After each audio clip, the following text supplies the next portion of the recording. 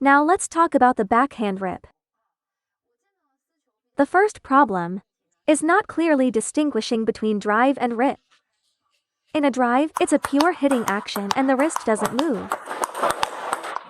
The rip is created by wrist rotation and brushing. Some players have no friction in the drive, and still no friction in the rip. Because the motions are too similar, the size of the swing should also be different. The third issue is force direction and racket angle. In a drive, the force goes more forward. In the rip, during brushing, because the motion is larger, the racket head angle moves more toward the right front. The fourth point is that during a drive, the racket face is slightly more open, while in the rip, it should be slightly closed.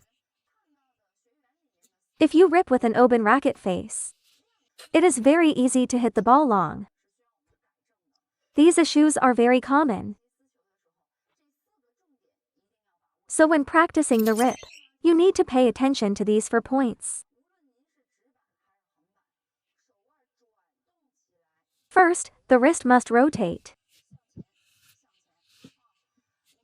Brush forward at contact. Second, the backswing for the rip is based on the drive, but the racket should be pulled back a bit more, and the follow-through should be sent out more. Overall, the motion is about 1/3 bigger. Third, the force direction in the rip requires the wrist to be opened. After contacting the front side of the ball, the wrist and forearm must open up, so the follow-through phase must be fully extended. The fourth point is the racket angle. During practice, it should be slightly closed, so the brushing produces more spin. So for the rip, the hardest part is grabbing and brushing the ball. You can ask your partner to feed you a slightly lighter ball. Multi-ball practice is best. Let's take a look. Brush the ball into a high arc. Rotate the wrist. Start by practicing just this motion. Use the wrist to brush and grab the ball at contact. At first, do not add forearm movement. The key is increasing friction and speed. Once this foundation is solid, when rallying backhand to backhand, your feel for the rip and ball quality will improve significantly. Now the third problem with the rip is the backhand arc. Many players feel that lifting backspin with the backhand is very difficult, because during the backhand drive and rip, they fail to create a proper backhand arc. The correct path goes from back to front, and from low to high in an arc, not a straight path without any outward curve. Without this outward arc, the overall arc is insufficient. Therefore, the backhand rip must include a slight outward arc. First, let's look at the incorrect motion. Straight from back to front, and straight from low to high. The correct motion starts with the backswing near the navel. Notice the wrist is angled slightly toward the left front, then rotates forward and applies force toward the right front, forming a curved swing path.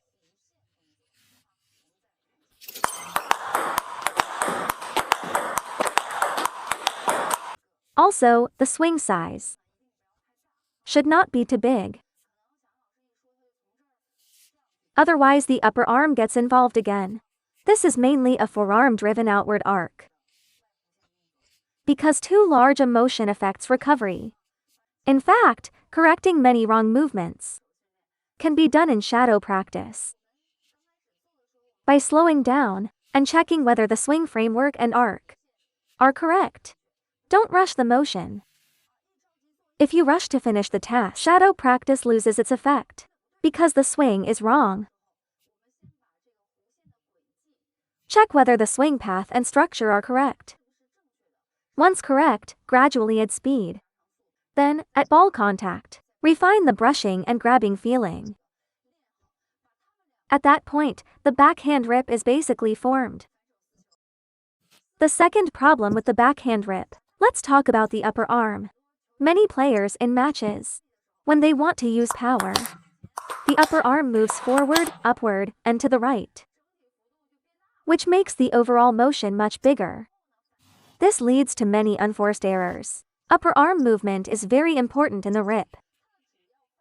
The upper arm moves forward, and the elbow also goes forward. Then the forearm adds friction and rotation to complete the follow-up motion. Just like the backhand drive, don't push too hard forward. Don't lift up, don't pull to the right.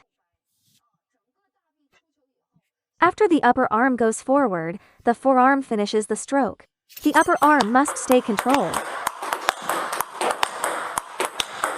The forearm increases swing speed, combined with wrist rotation. This greatly improves the problem. We can use this method to reduce excessive upper arm involvement. Use my left hand to press on the outside of the upper arm, and practice like this.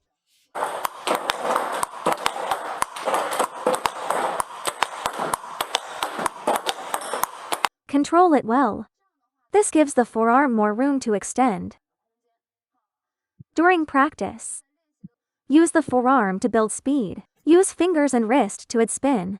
This fully brings out the quality of the backhand rip. In matches, players often rush to use power, which shows up as poorer recovery. For example, the first shot, the second shot. By the third shot, there is no recovery. The racket gets farther and farther from the body, and it becomes hard to generate power afterward.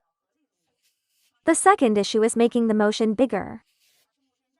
For example, the first shot looks like this, then suddenly trying to add power, the upper arm comes in, and the wrist starts to flick, which creates many errors. The key to power in the backhand rip first lies in forearm acceleration. This swing speed is very important. The second point is using the wrist at contact to grab the ball, creating both high speed and strong spin, rather than relying on brute force or rushing the timing to create threat with the rip. If you want to add power to the rip, based on this foundation, accelerate the wrist to brush and accelerate the forearm through the ball. This will produce high-quality shots. In practice, don't use power on every shot. After powering up, muscles stiffen and technique breaks down. For example, I can go 1, 2, then add power.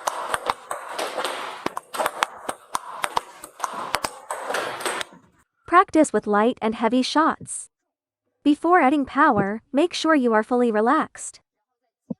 You must accelerate at the moment of ball contact, rather than enlarging the motion or rushing the timing.